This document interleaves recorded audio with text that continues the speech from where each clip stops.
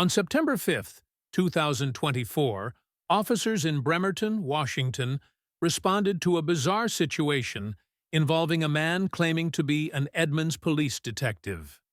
What followed exposed one of the strangest cases of police impersonation ever caught on Bodycam.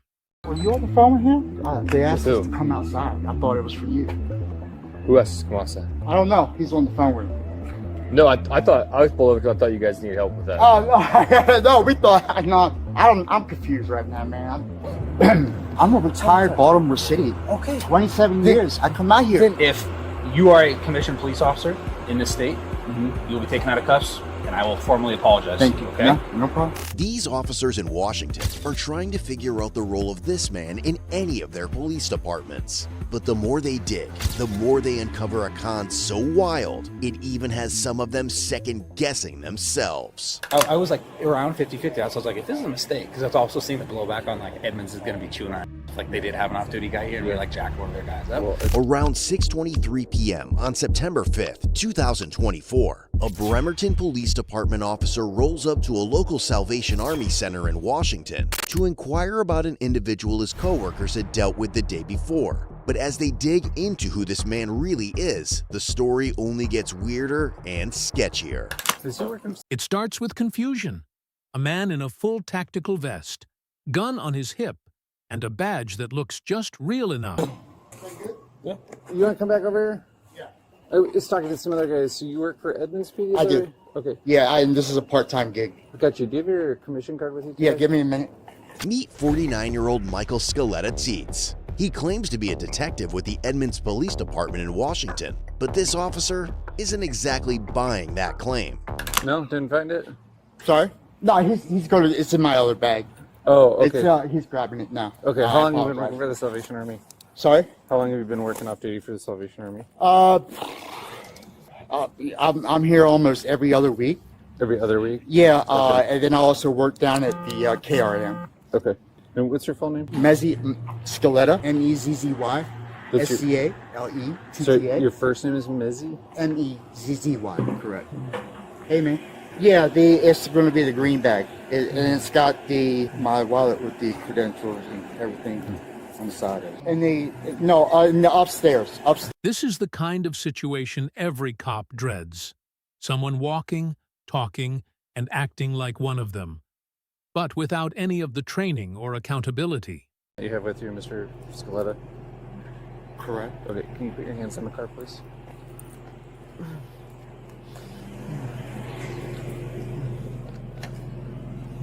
I'm familiar with the retention of this holster. Just keep your hands over there. Can we not do this in front of everybody? I mean, really? Yeah. You're doing just fine. Keep your hand over Okay, that. yeah. I appreciate no it. problem, man. Can I contact my command as soon as y'all are... Do you have any other firearms on you, sir? No, sir. Okay. I Here's don't. what you do. No. So you're not under arrest right now, but you're being detained, okay?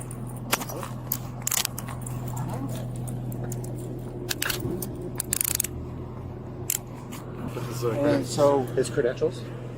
Okay. in the front, What agency did you say you were with? Edmonds? You're with Edmonds. Edmonds, yes. Okay.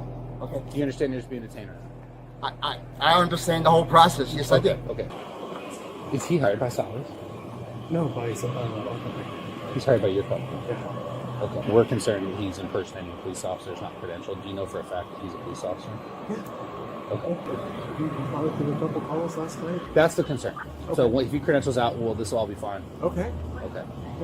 Sir, what'd you say your name was? I'm sorry. What'd you say your name was? Message Scaletta. Is it okay if I check your credentials? Absolutely. Can you grab my credentials? Yeah. And everything? Yep. Where is it at? In the front? Should be. Actually, is it where the radios are? It's the other. Yeah, it's there. And power in the wrong hands is dangerous. You understand why you're detained right now or no? I don't know. I think why you did going what you're doing. But, Okay. Is it okay if I explain some of it? Sure. Okay. So first off, if you are a commissioned police officer in this state, you'll be taken out of cuffs, and I will formally apologize. Thank you. Okay. No problem. All right. Here's a couple problems though. I'm one of the supervisors in the city right now. if Salvation Army is hiring uniformed commissioned law enforcement who's going to be carrying badge, gun, vest, especially not in our agency. So if you're us, and especially if you're law enforcement, you understand. We see a guy with detective badge, police badge. I think there's a SWAT badge somewhere. Yeah. On there as well, right? In our jurisdiction, and we haven't been notified that, hey, Salvation Army's got armed law enforcement. And that's not true. You might have just been going from your employment to your car. However, when we came across you, right, you're uniformed and armed. When we came across you. That's an accurate statement. The concern is, especially because we weren't given notification, right? I'm not operating. I'm not working. I'm not. Well, here's the problem leaving. with that. Well, it's messy, right? Correct. Here's the problem with that. You're leaving. Even if you're leaving, Salvation Army, this is the #1 crime hotspot in the entire city for us. I know this. Let me tell you. I'm a retired Baltimore City. Okay. 27 years. I come out here. Then Okay, you let know me what I mean? talk. I get it. Then let me I'm talk. sorry. Well, I think we're getting our wires crossed a little bit, because what I'm trying to get you to understand is, I understand that you're just leaving if you're off duty. If you know this is the highest crime area in the city, and you know that that's likely to do with your law enforcement experience, and we're going to be in the area, probably not the best idea to be wearing a vest, armed, going to and from, because it's going to make us think some things, up to and including possible criminal impersonation of a police officer. That's why you're detained. We get all that checked out, and you know what? Sure. This might be an error for their bosses and our bosses, because if this is all true, right, and we weren't, and we just weren't notified, that's what could have solved this, is an email saying, hey, just so you know, there's a guy, he's law enforcement, he's being hired off duty at Salvation Army. You may see him come and go from the parking lot. That's what we'd say. Sounds good. We've heard nothing. Okay. Have you heard anything about this? No. Have you heard anything about this? We might have called Edmonds last night. The sheriff? What? We might have called Edmonds PD last night. Yeah. Not on the payroll. Say it again. You're not on the payroll with Edmonds PD. The suspicion around Michael kicked in the night before. On September 4, 2024, around 6:32 p.m., a Bremerton officer had shown up to check out an unknown fire nearby and ran into Michael, who claimed to be with Edmonds. But something about how he acted and the gear he had just felt off. So about an hour later, the officer swung by the same Salvation Army Center to talk to him, and Michael's behavior just made things feel even shadier. Were you on the phone with him? They asked With who? us to come outside. I thought it was for you. Who else is come outside? I don't know. He's on the phone with him. No, I thought I was pulled over because I thought you guys needed help with that. Oh no, no, we thought. No, I'm confused right now, man. This is my first day back. You know, I retired from Baltimore City, Maryland, 4 years ago. I came out here. I worked at the detention center for a little while. They put me in the detention center. I didn't like it. I was able to secure a spot over at Edmonds after getting some other certifications, and it's an 18-month contract. So with investigations. So you're only contracted to work 18 months? It's good. Yeah, that's what it is. Yes. You said you've been at Edmonds for 18 months, but then you said you're only contracted to work. I got 18 another months. 18 months left. Okay. Okay, so I did the 2 year. That signed on for the 2 years. The only reason I was walking away is I was going to be like, hey, we've got possible criminal impersonation. Hey, this guy's armed. I was just going to maybe wait for 1 or 2 more. I know, That's all. he was making me real uncomfortable. Gotcha. so And I picked up on that. I just wanted to let you know. You know, I understand your point of view. I'm not arguing with you. I'm not trying to be disrespectful. I don't think you're being disrespectful. I'm just kind of irritated with it, right? I think it could have been done a little bit differently. You're irritated? Talk to me. I wasn't operating. I wasn't. Hey, listen, man. You guys saw it. I get where you're coming from. I came in and Graves started telling me about it, and I was like, no. Did they have PC? They were checking out a transit started a fire last night, and he pulled up on Casey and turned on blue emergency lights inside the car, and got out and was like, hey, I'm with Edmonds. In 2015, he was involved in like a SWAT incident where he barricaded himself inside and had like a whole like threat of like blow the place up. So it was like a bomb threat. SWAT was involved. They came out. He was detained and arrested in District of Columbia. That was from Lynx back in 2015. So where are you staying while you're in Bremerton? Sorry? Where are you staying while you're in Bremerton? What do you Are you mean, on an where am I op or staying? something? Sorry? What brings you to Bremerton? For this off-duty gig. I live in Thurston and Lacey. It's a far drive. It is. It's a lot. Why not work in Thurston? I lived there.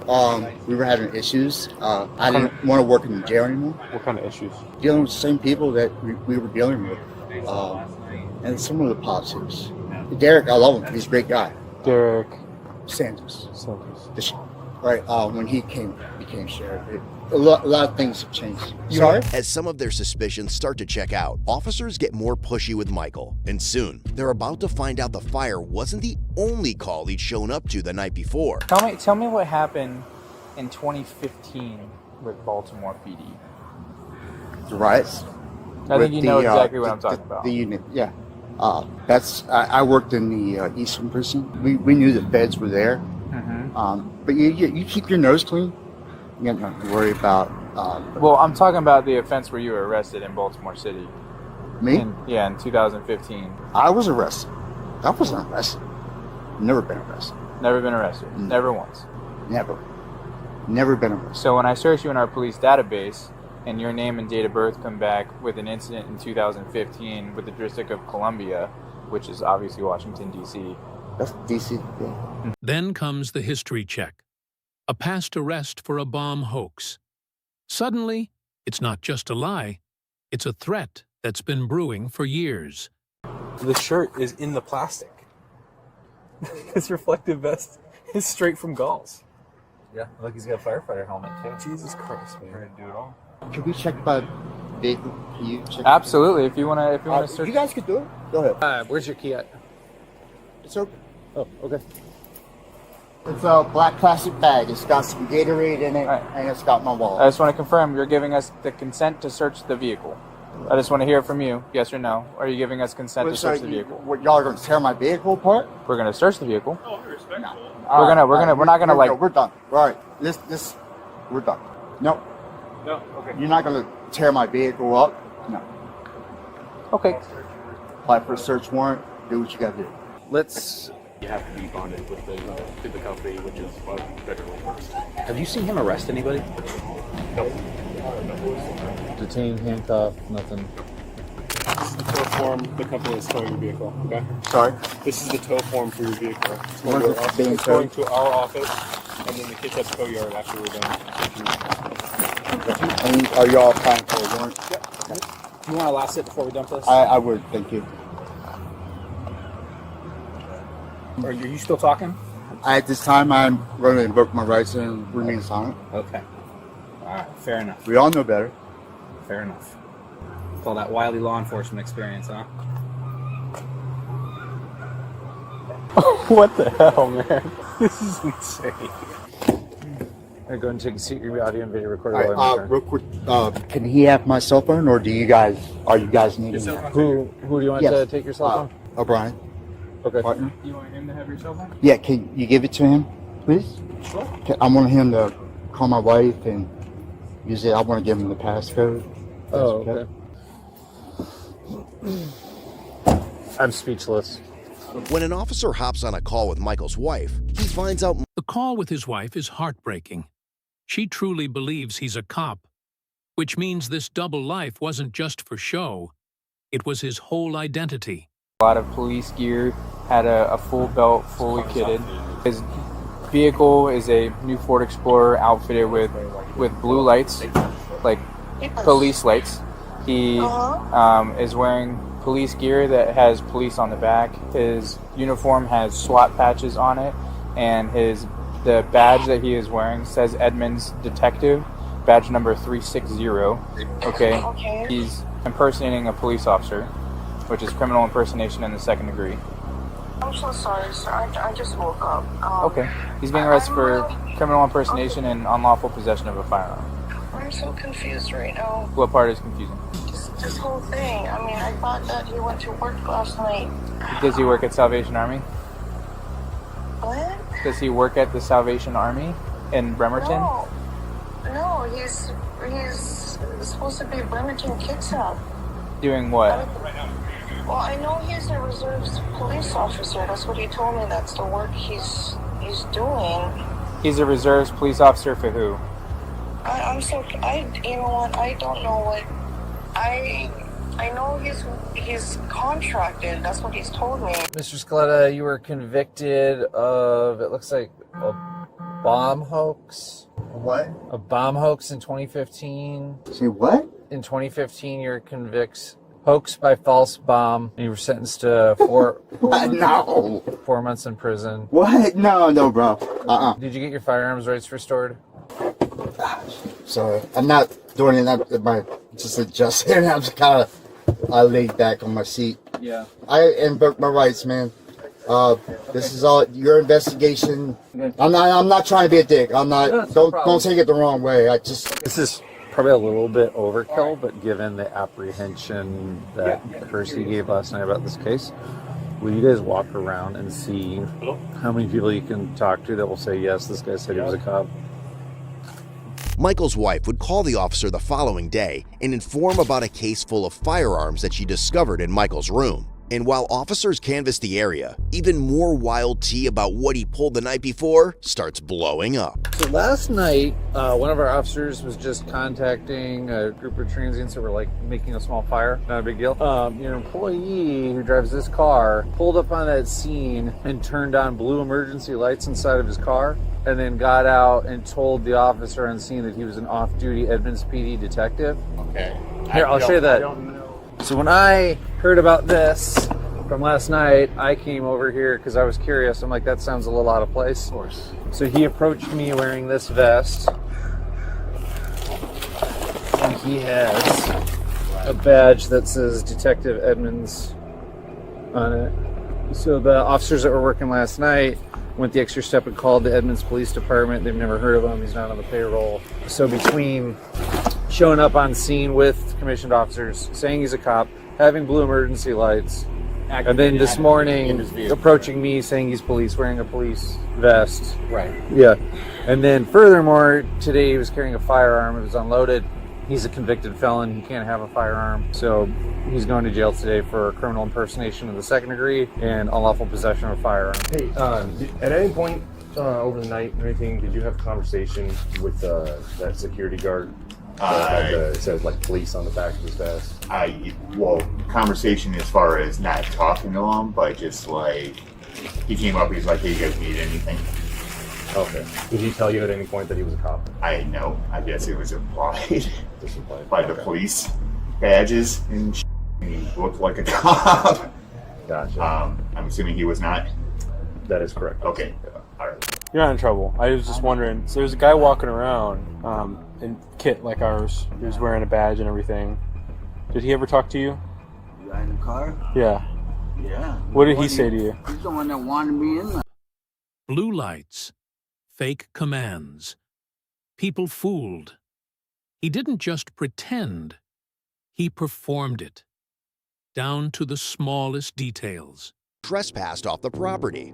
As the officer arrives on scene, a familiar face appears as well. One guy and with lot of people, even people I need clean, and this guy 24 hours is grey t-shirt. Who said he was here? No, grey t-shirt, grey t-shirt. Not this guy. Who are you asking to leave? I call and this guy 24 hours here in the door and he left. And every customer say, He just needs to leave? Yeah, no more, yeah, brother. He needs to leave.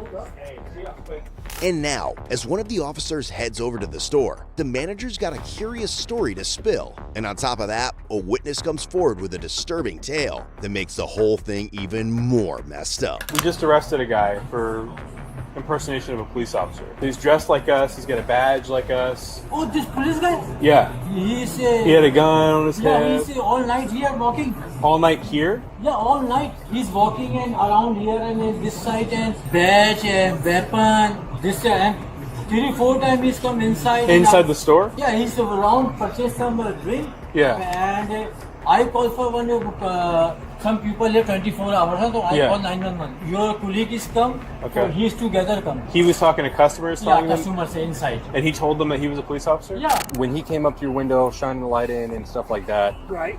Did you get a feeling that it was one of you guys? Yeah, so that it was one of us. But were you getting a feeling like you were being harassed, like questioned during like a police investigation? Or you feel like you were like he was kind of like detaining you at any point? He kind of leaned in there. He would kind of lean in there, you know. He made a suggestion. Remember I told you. He said, well, you know, if I ever need something or any information, I know I can count on you. And I'm looking at this guy like, I can't believe I don't even know who you are. Yeah, and then he said, then he started telling me about how he's going to have control of the narcotics department. He's going to be running some of you guys' units. He's been promoted, and he's moving up here this way. The last time I seen him, he was drunk as a mother. And he was on duty. Everybody knew he was drinking. He was drunk. You could smell it on his breath. You could smell it around him. He was drunk. But, you know, like I said, he was a lot out of character yesterday for me. I'm glad you guys caught him because he's been telling big stories. He told you he told me that he went over there to respond. Was it like for a turnover thing? He says he had to take a break from here to go there. I will volunteer some additional, like the first time he works, his first assignment with our security team. We were working at a convention downtown, and all our posts are in the interior of the convention center.